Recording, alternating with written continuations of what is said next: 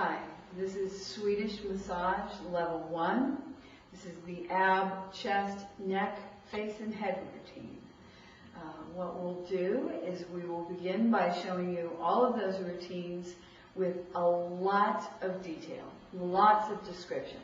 Second time through, we'll do it with flow, showing how all the strokes work together. And the third time, we'll show you a little bit of biomechanics. So let's begin with the abdominal area. Now we know that we want to work the abdominal area with competence, with confidence.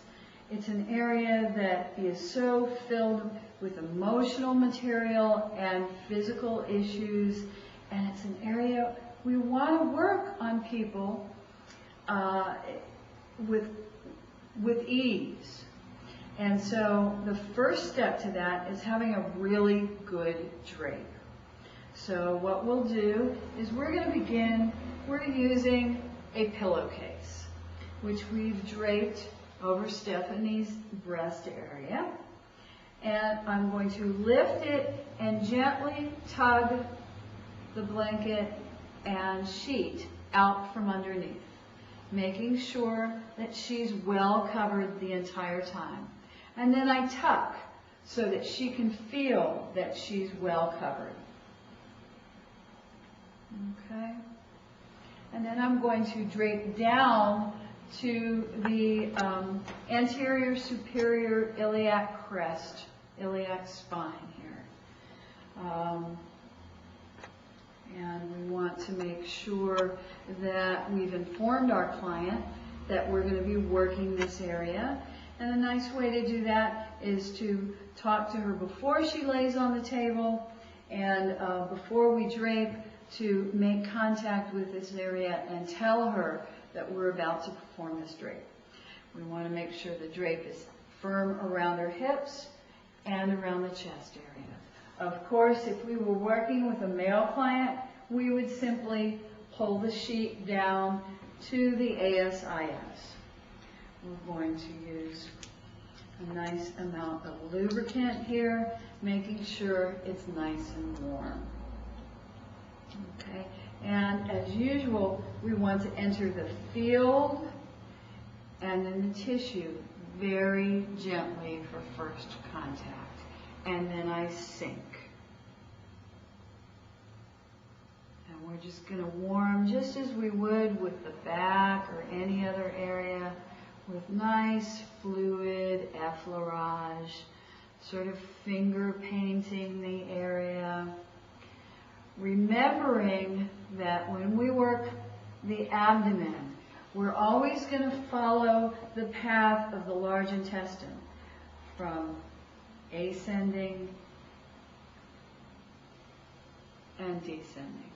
So we want to work in a clockwise motion. So we get ascending, transverse, descending. And we move into wringing. Remember with wringing, here I'm using my fingers, and on the opposite side I'm using the heel of my hand. So you should get an opposing push-pull. So we do lift the tissue and get a very nice wringing. When I use the heel of my hand, you'll see my hand comes up a little bit. My fingers are still relaxed. My hands really ride the surface and into the structure of the tissue. If they're too tight, they only push. Okay, a nice wringing. And we're going to take that all the way over so that my hands rake between the ribs. So I can picture the ribs coming around at this angle, and my fingers can settle in between the ribs, cleaning between the ribs. Now we're going to move to flying saucer. This one takes a little practice, but is well worth the effort. So I'm going to make my flying saucer, and I'm going to roll around the edges of it as though it were a penny on the floor. If I drop a penny on the floor, it rolls around in this way. And that's the motion I'm going to do on the body. So try doing that first, that movement. And let your hands be fluid once you get a feeling for it. And then begin the bigger circle. It's a circle within a circle. So now I'm moving around the bowl of her abdomen, making little circles within the big circle with my hand.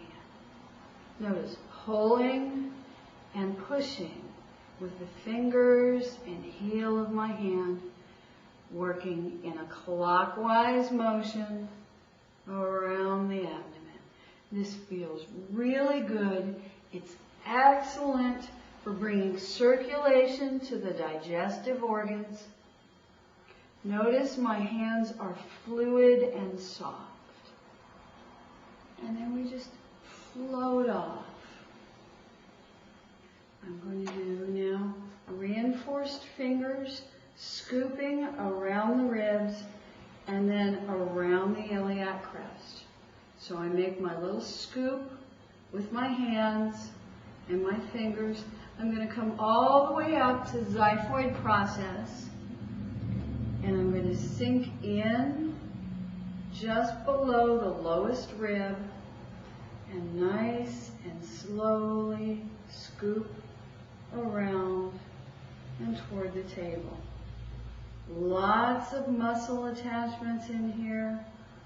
Diaphragm is right above my fingers. Okay. You might perform this stroke about 3 times.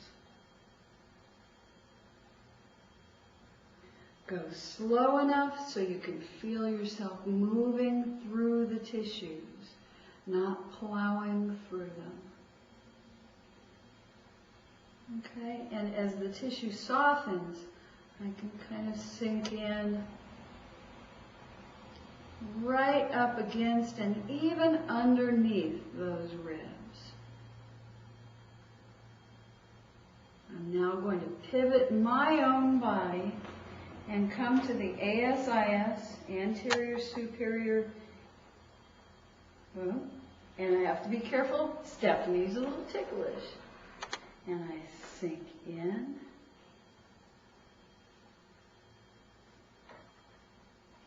and around. Once again, being very careful not to tickle her. If I'm too pointy with my fingers, if my hands are too tight, they can feel either pokey or ticklish or aggressive.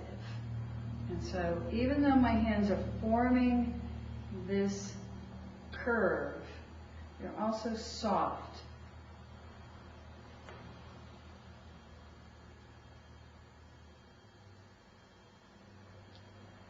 And of course I would perform both of those on the other side.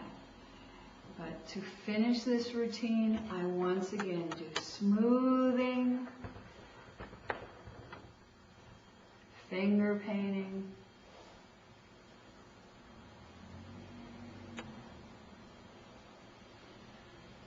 redrape, and this is a nice time to do a stillness, a resting.